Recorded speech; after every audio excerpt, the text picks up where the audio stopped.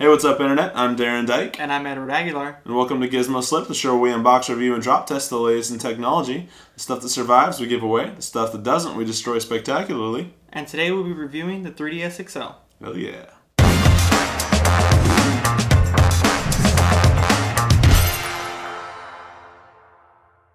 So, for those of you who weren't here Monday, this is Edward. He's a good friend of mine and a bit of a portable gaming guru.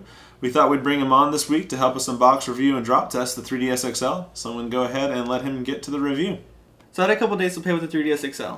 It's a lot sleeker, it's a lot larger, it's a lot easier to reach the buttons during gameplay. Overall, it's actually a pretty good experience. With that said, let's go ahead and get to build quality. When it comes to build quality, there's a big difference in comparison to the previous model. With the stylus now being on the right-hand side in comparison to it being on the top, it makes it a lot easier access for gameplay instead of having to reach around the system like you did before. It is a lot sleeker in comparison to its previous model. The previous model did feel like a little bit of a brick. Now the first obvious change you'll see is obviously the screen size. It's a lot larger in comparison to the previous model.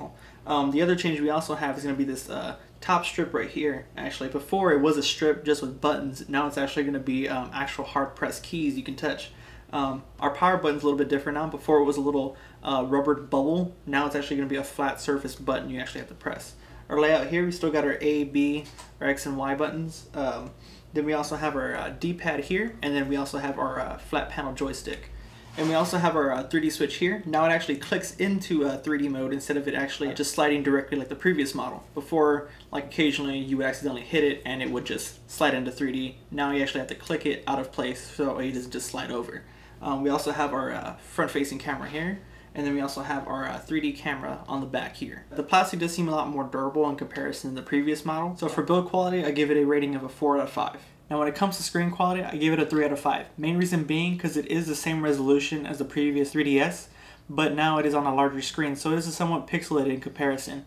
Also, it is a little bit dimmer, so it isn't as brightly backlit in comparison to the previous model. So when it comes to the software interface, it's very simple, not too complicated at all. You got your bottom screen here, which is all touchscreen. You'll be going through this with options, menus, and all that. While your top screen here is also your 3D viewing, so any gameplay or anything video-wise would all be functioned up here or viewed here on the top screen. So there's no difference at all in comparison to the previous 3DS. So with that, actually I give it a rating of a 5 out of 5. Now when it comes to terms of graphics, the same exact graphics in comparison to the previous model, but when it comes to the play of 3D though, it is a lot clearer. Previous model was a lot smaller screen, so you're actually stuck focusing on the very dead center to get the full depth of 3D. While with this one, since it is a wider span of a display, you're actually a lot easier to maybe tilt a little bit to the side, a little bit more relaxed in gameplay. It does seem a lot more crisper and a lot cleaner when it comes to 3D gameplay. I give it a 4 out of 5.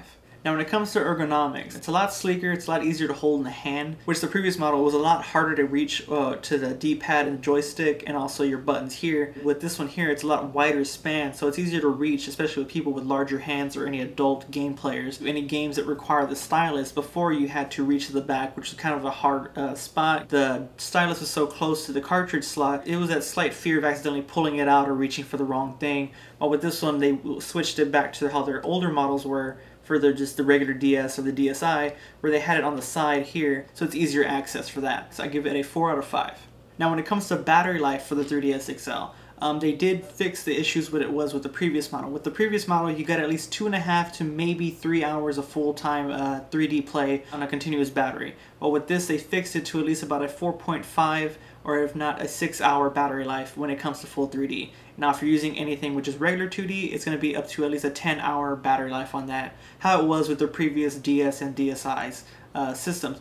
So they upgraded the battery life dramatically on that. I give it a 5 out of 5. And now game selection for the 3DS XL, or the 3DS for that matter, not a wide variety of games to begin with, nor is there really a wide variety of games that actually utilize the 3D to its full effect. So for that I would give it a 2 out of 5. Now when it comes to app selection for the 3DS XL, not a wide variety of apps. Most of them are all just basic calculators, stopwatches, clocks, or other little apps that pertain to other games that you can play on the 3DS, but nothing really over the top or anything real use of the functionality that the 3DS can do.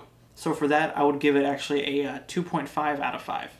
Overall, I gave the 3DS XL a rating of a 3.8 out of 5. It is a huge step up in comparison to the previous model. However, there is still a lot of room for it to grow, so we just have to wait and see what Nintendo will further do in the development of the 3DS XL or just the 3DS in general. So this is to hoping that Nintendo goes down the right path in bringing out the full potential of the 3DS XL. So guys, we'd like to thank Edward for coming out here and giving us his thoughts on the 3DS XL. Don't forget we will be doing a drop test this Friday on the 3DS XL. If it survives, we will be giving away. If it doesn't, we will be destroying it spectacularly. Either way, we will be giving away a Google Nexus 7. All you've got to do is subscribe to us. And subscribe to Trendoi's daily email service that lets you know about the newest and latest technologies that you may or may not heard of from some of the major tech blogs. So the link is down below. As long as you're subscribed to us and to their email service, you will be entered to potentially win that Google Nexus 7. We'll be announcing the winners in a couple weeks. Till then, don't forget to subscribe, like us on Facebook, and follow us on Twitter. Gizmo Slip.